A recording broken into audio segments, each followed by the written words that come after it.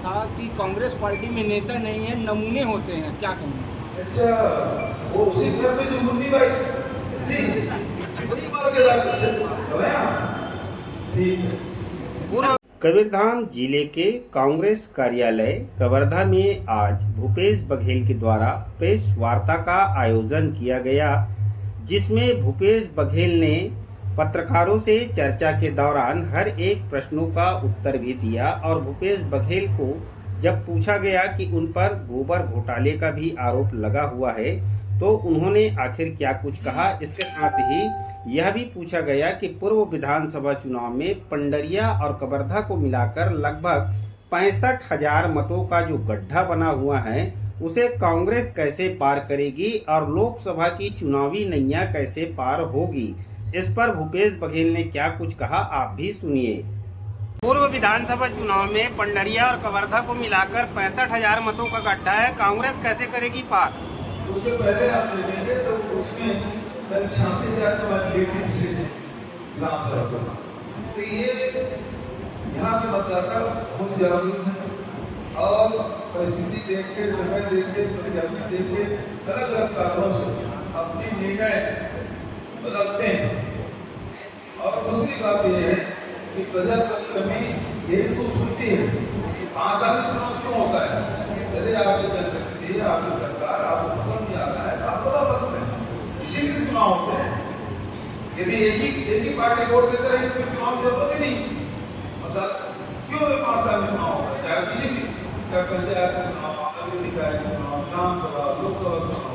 देखिए तो लोकसभा फिर से पासा पड़ गया, जो अभी ऐसा है वो ऐसा हो जाएगा, तो 60-65,000 करता हो जाता है, 85,000 तो लीड हो जाएगा। सर ऐसा कौन सा काम है? महादेव सट्टा में आरोप लगाया, प्रधानमंत्री ने 508 करोड़ का, भगवान महादेव भी नहीं छोड़ा, अभी अमित शाह जी आए वो भी बोल गए महादेव सट्टा। तो ये आपको डबल इंजन की सरकार है, केंद्र की सरकार आपकी है, राज्य की सरकार आपकी है, विदेश में वो लोग संचालित कर रहे हैं, तो उसके डायरेक्टर है, पकड़ के लाने की जिम्मेदारी किसकी? भारत सरकार। हमने तो FIR किया और FIR किया, पूरे देश में केवल आज है छत्तीसगढ़ जिसमें FIR करवाई में 450 लोगों के खिलाफ गिरफ्तारियां भी हुई, कानून लचीला था, उसको विधानसभा में पारित कर कुछ सख्त बनाया गया और उसमें हम लोग कार्रवाई कर रहे थे। मेरा दोस्त केवल इतना है कि महादेव सट्टा के खिलाफ मैंने कार्रवाई की, इस कारण से अकेले मुख्यमंत्री के रूप में इनके खिलाफ FIR कर दी। ये आपका क्या राय है, बैलेट पेपर के ऊपर विश्वास रखते हैं कि EVM के ऊपर? बैलेट पेपर वो दिखता है, जो मत पेटी है वो अनपढ़ आदमी देख सकता है उस मशीन में, उस बक्से में कुछ है या नहीं, लेकिन आप EVM मशीन है उसमें कोई जरूरत नहीं कि पढ़ा लिखा आदमी भी उसके बारे में क्या करेगा, उसके लिए अंजाम हो सकता है। इसलिए जब फ्री फेयर की बात कर रहे हैं और ऐसी स्थिति में आज टेक्नोलॉजी बढ़ गया है, बहुत आगे बढ़ गया है, आप चंद्रयान को भी जगह उतरता है, यही से बैठ के आप रिमोट से कुछ सीधा कर लेते हैं, तो ये EVM तो खुले में पड़े रहता है। और दूसरी बात मैं कहना चाहूँगा, मुझे बिल्कुल विश्वास नहीं है और इसी कारण 2019 में जब नगरीय निकाय चुनाव हुए थे मेरे पास ऑप्शन थे, EVM भी मेरे पास था, राज्य सरकार की व्यवस्था भी था और दूसरा बैलेट पेपर भी था। हमने बैलेट पेपर का चयन किया, बैलेट पेपर इस चुनाव में नहीं निकाया।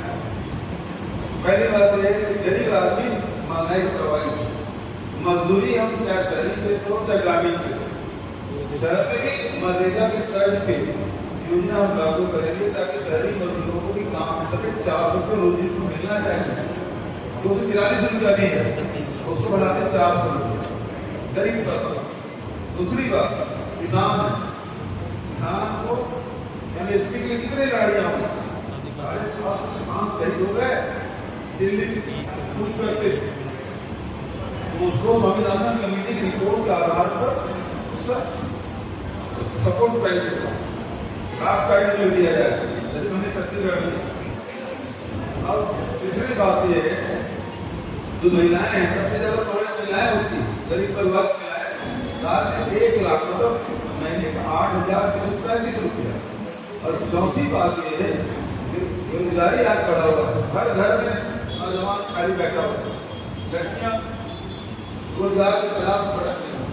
ऐसे में जो 30 लाख भारत सरकार के पास खाली पड़े हैं, सरकार भरने की बात करें और उसे जो डिप्लोमा जारी है, डिग्री जारी है, उनको क्रेडिट भी दिया जाएगा और उन्हें 1 लाख रुपये सालाना उनको भी दिया जाएगा।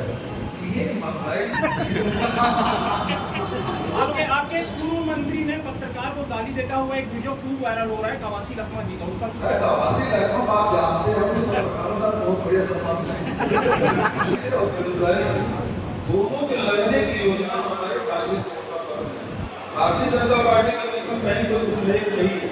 महंगाई बेरोजगारी को देश की समस्या मानती ही नहीं और इसलिए प्रधानमंत्री जी की घोषणा उन्होंने संकल्प जारी किया, इसमें नहीं तो दिखाई दे रहा तो उल्लेख नहीं। सांसद बनने के बाद आप देखिए विधानसभा के जो कार्य क्षेत्र है, राज्य सरकार के जो कार्य क्षेत्र है और केंद्र सरकार के कार्य क्षेत्र कटे हुए कुछ ऐसे हैं जो राज्य सरकार भी कर सकती है, केंद्र सरकार भी कर सकती है, तो दोनों के काम में बहुत अंतर होता है। और केंद्र सरकार में जाने के बाद निश्चित रूप से जैसे यहाँ रेल लाइन है, राज्य सरकार में हम लोग कितने बार पता जाते हैं कि रूट बदला जाए, जहाँ पे लोग आंदोलन कर रहे हैं और उसको उस रूट को चेंज किया जाता है। लेकिन अभी वर्तमान में भाजपा सरकार बैठी हुई है, उन्होंने हमारे प्रस्ताव नामंजूर कर दिया क्योंकि ये सीधा सीधा भारत सरकार का आता है। ऐसे जो काम है किया जा सकता है, ठीक है ना। सर, भारतीय जनता पार्टी के संकल्प पत्र और 1 नेशन 1 इलेक्शन का घोषणा है, अभी क्या सोचते हैं? हमारे पार्टी पहले तो लोग ये संभव ही नहीं। अब सवाल ही उठता है 1 नेशन 1 इलेक्शन यदि नौलखा नगर पालिका में बीच में बंद हो गई तो 2 साल बाद 20 साल तक क्या इंतजार करेंगे? यदि राज्य सरकार गिर गई, बंद हो गई, तो क्या 3 साल तक राष्ट्रपति शासन लागू रहेगा? क्या वो चुनाव होगा कि वो 2 साल के लिए या 3 साल के लिए होगा? तो चुनाव होगा वो 5 साल के लिए होगा। तो 1 नेशन 1 इलेक्शन व्यवहारिक नहीं है, संभव ही नहीं है, जिसके बारे में क्या है। कबीरधाम जिले की खबरों के लिए आप हमारे YouTube चैनल कवर्धा जंक्शन के साथ जुड़िए। आपको हमारी यह जानकारी अच्छी लगी हो तो आप हमारे वीडियो को लाइक, शेयर और सब्सक्राइब जरूर करें। इसके साथ ही बेल आइकन दबाना ना भूलें, जिससे हमारी पहली वीडियो सबसे पहले पहुंचेगी आपके पास। आप सभी का बहुत बहुत धन्यवाद। कवर्धा जंक्शन में लगातार खबरों के लिए आप बने रहे हमारे साथ।